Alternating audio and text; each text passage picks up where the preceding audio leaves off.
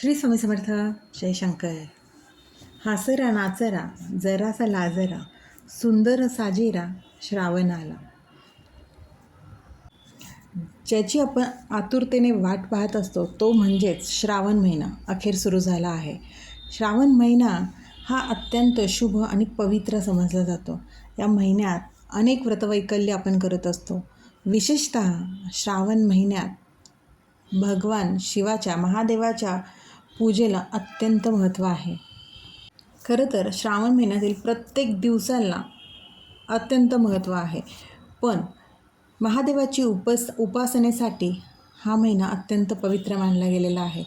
महादेवांचा आवडता महिना म्हणून शिव उपासक या महिन्याची अत्यंत आतुरतेने वाट पाहत असतात.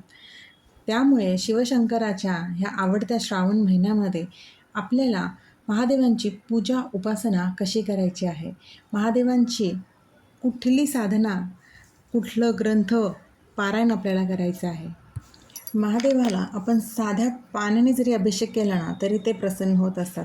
म्हणूनच शिवलिंगावरती तुम्हाला जमेल तसं दुधाने करा, पंचामृताने करा, फळाच्या रसाने करा, मधाने करा किंवा तुपाने करा, कशानेही करा.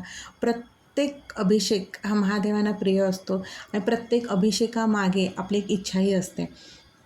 त्यामुळे तुम्हाला जमेल त्याने अभिषेक करा, पण काहीच जमत नसेल तर साध्या पाण्याने सुद्धा महादेवांना अभिषेक करा.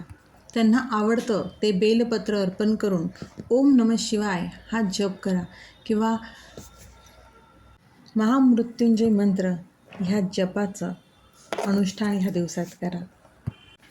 महादेवांना प्रसन्न करण्यासाठी किंवा महादेवांचा आशीर्वाद आपल्यावर नेहमी असावा यासाठी श्रावणात शिवलीलामृताचं वाचन किंवा पारायण करायला विशेष महत्त्व आहे.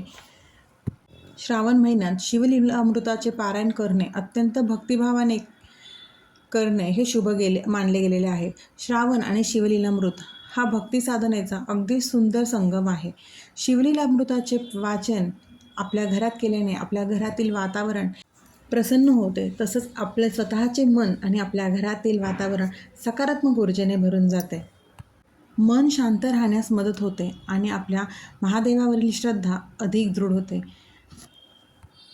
महादेवांची कृपा, मनशांती आणि सकारात्मक ऊर्जेसाठी अनेक शिवभक्त श्रावणात शिवलीलामृताचे वाचन पारायण करत असतात.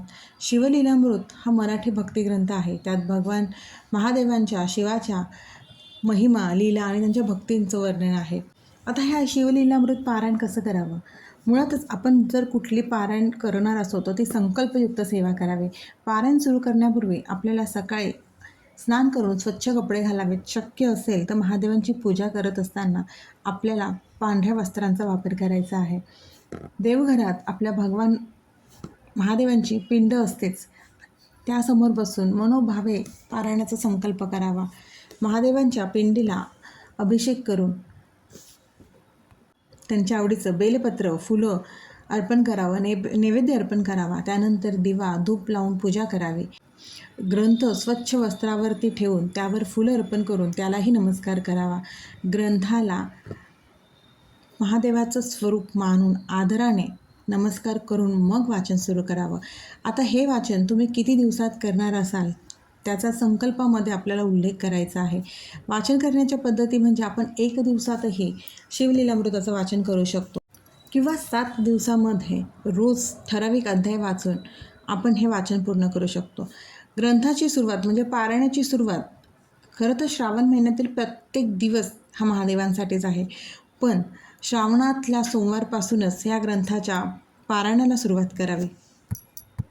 दररोज जेव्हा तुमचं वाचन पूर्ण होईल तेव्हा ओम नमः शिवाय या षडाक्षरी मंत्राचा 108 वेळा म्हणजे 1 माळ जप करावा. ग्रंथ वाचन करताना आपले उच्चार स्पष्ट आणि मोठ्या आवाजात असावे, जेणेकरून ते इतरांनाही ऐकता येईल. आता श्रावण महिन्यात मांसाहार तो वर्ज्य असतोच. यावेळेला सात्विक अन्न खावं, परान्न वर्ज्य करावं, ब्रह्मचर्य पाळावं. ह्या नियमांचं आपल्याला पालन करायचं आहे.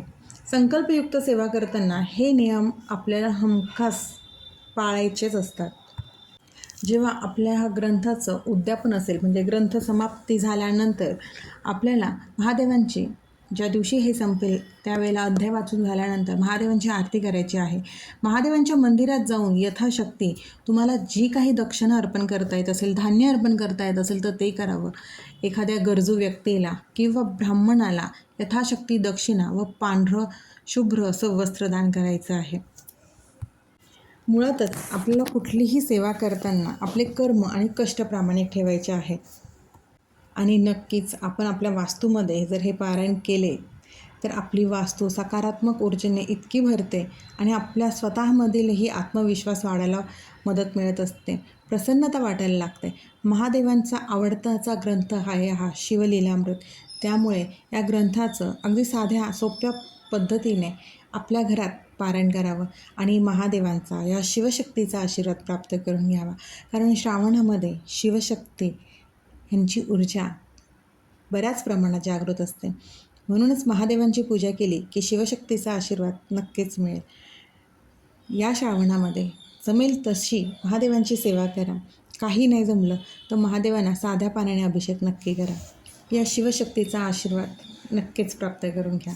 आणि हो, त्यासोबतच आपले कष्ट कर्म प्रामाणिक असायलाच हवे.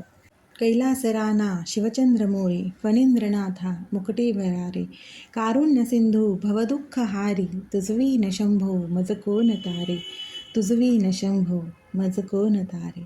श्री स्वामी समर्थ.